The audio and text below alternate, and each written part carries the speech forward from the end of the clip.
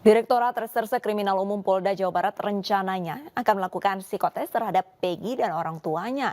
Direktorat Reserse Kriminal Umum Polda Jawa Barat ini rencananya akan melakukan pemeriksaan psikotes terhadap tersangka kasus pembunuhan Vina dan Eki. Tidak hanya Peggy, penyidik juga akan mengundang orang tua Peggy Setiawan untuk menjalani psikotes di Polda Jabar. Ini ada informasi dari pihak kepolisian, dari pihak penyidik terutama, bahwa hari Sabtu nanti, hari Sabtu besok ini, berarti tanggal 8 ya, itu pihak penyidik akan mengundang ibunya Peggy. Ibunya PS ya, saya ralat ibunya PS dengan bapaknya. Nah itu katanya akan diadakan tes psikologi. Saya nggak paham ini tes psikologi, apa yang dimaksud oleh pihak penyidik. Tapi oke lah, kita ikutin itu selama itu memang prosedural. Nah termasuk PS-nya sendiri, kalau tadi saya dengar seperti itu, jadi ada 3 nanti yang hari Sabtu akan dites psikologinya, PS, ibunya. Pemirsa, benarkah Direktorat Reserse Kriminal Umum Polda Jabar akan melakukan psikotes terhadap Peggy dan orang tuanya, dan kira-kira apakah sudah ada surat pemanggilan bagi orang tua Peggy? Sudah terhubung melalui Zoom rekan kami Toy Iskandar, kontributor iNews di rumah kediaman Peggy Setiawan di Cirebon, Jawa Barat. Selamat malam Toy Iskandar. Apakah orang tua dari Peggy ini sudah mendapatkan surat pemanggilan dari Polda? Ya, selamat malam Arlita dan juga pemirsa. Saat ini saya berada di rumah salah satu Peggy Setiawan, di mana rumah Peggy Setiawan ini nampak terlihat sepi, tidak pada siang dan pagi tadi. Dan mengenai hal tersebut, surat pemanggilan yang dengan adanya surat pemanggilan dari Polda Jawa Barat, benar adanya bahwa besok itu akan dilakukan pemeriksaan surat psikologi yang terhadap Peggy Setiawan tersebut. Surat tersebut diterima oleh pihak pengacara pada pukul jam 8 maghrib tadi, dan hari ini begitu Arlita, dan juga pihak pengacara kuasa hukum sendiri akan mendampingi Peggy Setiawan pada di Polda Jawa Barat. Dan sementara itu juga pihak ibunda Peggy Setiawan akan melakukan pendampingan juga dengan adanya surat psikologi tersebut. Namun rencananya akan berangkat pada besok hari Sabtu. Seperti itu, Arita. Toy Iskandar, apakah dapat Anda mungkin sharing orang tua Peggy ini akan berangkat ke Polda kira-kira jam berapa pada besok hari? Ya, rencananya Ibu Peggy Setiawan dan didampingi oleh kuasa hukum sendiri akan berangkat pada pukul jam 7 pagi hari Sabtu esok, di mana nanti pada pemeriksaan psikologi Peggy Setiawan itu sekalian bertemu dan menjenguk Peggy Setiawan dengan kondisinya seperti apa gitu. Nampaknya juga tidak hanya pengacara, juga pengacara Peggy Setiawan yang terdiri sampai saat ini sampai 67 pengacara akan mendampingi rencananya pada Setiawan tersebut. Seperti itu. Toy Iskandar, apakah pengacaranya ini mendapatkan informasi kira-kira untuk fokus materi pemeriksaan psikologi oleh Polda Jawa Barat ini berkisar tentang apa? Ya, tadi saya sempat berbincang dengan pihak kuasa hukum dengan adanya surat psikologi yang diterima pada pukul jam 18.00 tadi.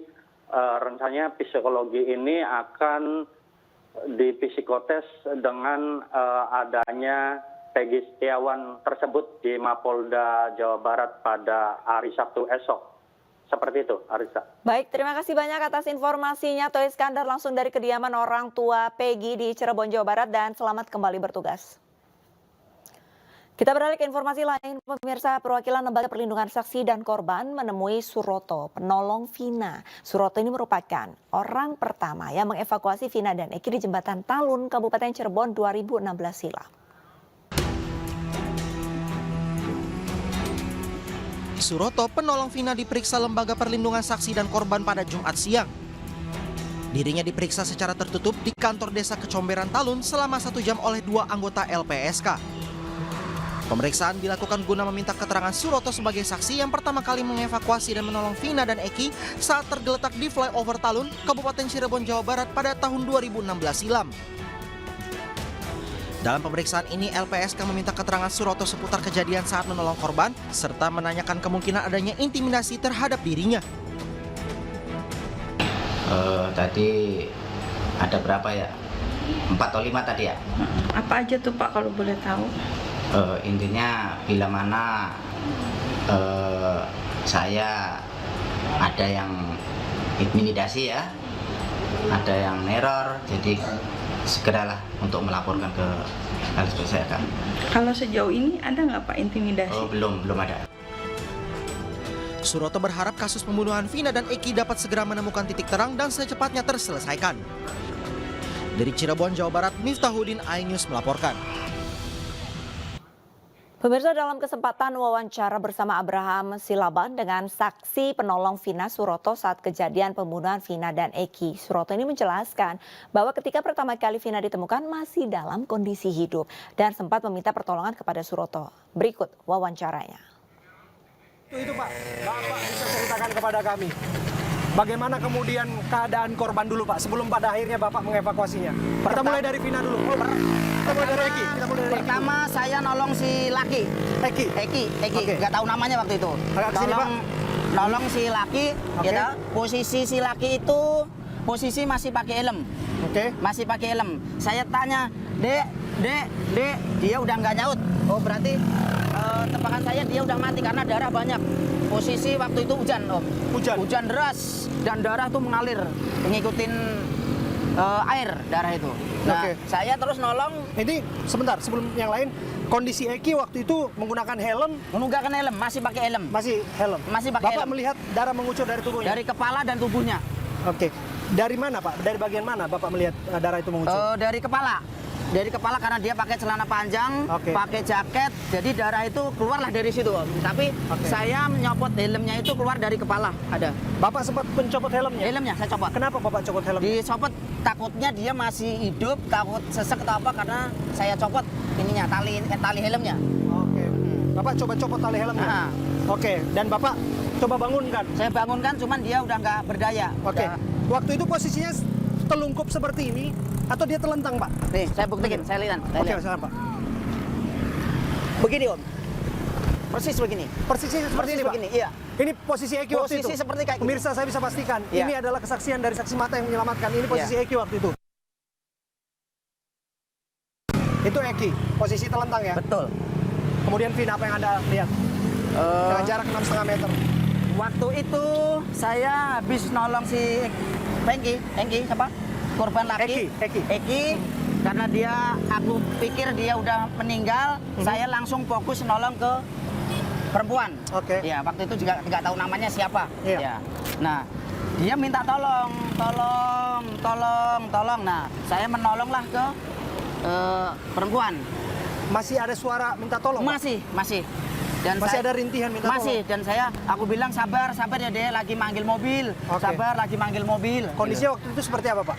Terlentang juga. Terlentang? Lihat ya. Maaf, Pak. Kita harus cepat ini, Pak. Ya. Terlentang gitu. Posisi seperti ini, Ya, Pak. gini lihat. Tolong. Oke, pemirsa, Tangan inilah ini, tangan yang kanan ini. Seperti ini posisi Vina waktu itu. Kami coba gambarkan.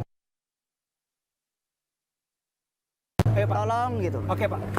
Kita nggak bisa lama-lama, Iya. karena kita sangat hati-hati. Ada yang menjaga, teman kami juga membantu mengatur arus lalu lintas di sana. Dan waktu Bapak kemudian membangkitkan, coba membangkitkan nggak, Vina? Bangkitkan, tak duduk. Bapak coba bangkitkan untuk duduk. Bapak bawa ke pinggir. Enggak. Posisi masih di sini. Oke. Jadi dia Jangan. terlentang, Oke. kepalanya saya angkat, Oke. saya papa. Posisi dia itu saya papa kepalanya. Jadi saya peragakan Bapak nih. Iya. Bapak seperti ini posisinya. Iya. Oke. Bangun, Pak. Oke. Dan waktu itu apa yang Bapak lihat kondisi Vina? Kondisi Vina ya, Seperti apa kondisi Vina? juga parah juga, kaki luka kukiran luka apa kena sobekan besi atau apa. Kita naik, Pak. Juga nggak tahu ya. Waktu itu Oke. pokoknya dia juga luka parah. Tangannya yang mana yang parah, yang kiri apa yang apa ya? Kalau nggak salah ya. Pokoknya dia luka lah, Om. Luka parah lah dia tuh. Oke.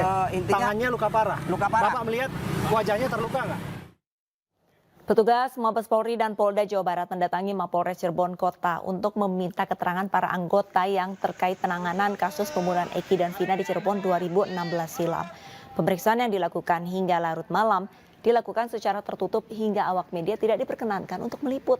Bahkan pintu gerbang masuk Mapolres ditutup dan dijaga ketat. Kamis malam, sekitar pukul 12, sejumlah kendaraan Mabes Polri dan Polda Jawa Barat keluar dari Mapolres Cirebon Kota. Kabarnya dalam pemeriksaan tersebut, Ibtu Rudiana, ayah dari almarhum Eki, juga ikut diperiksa.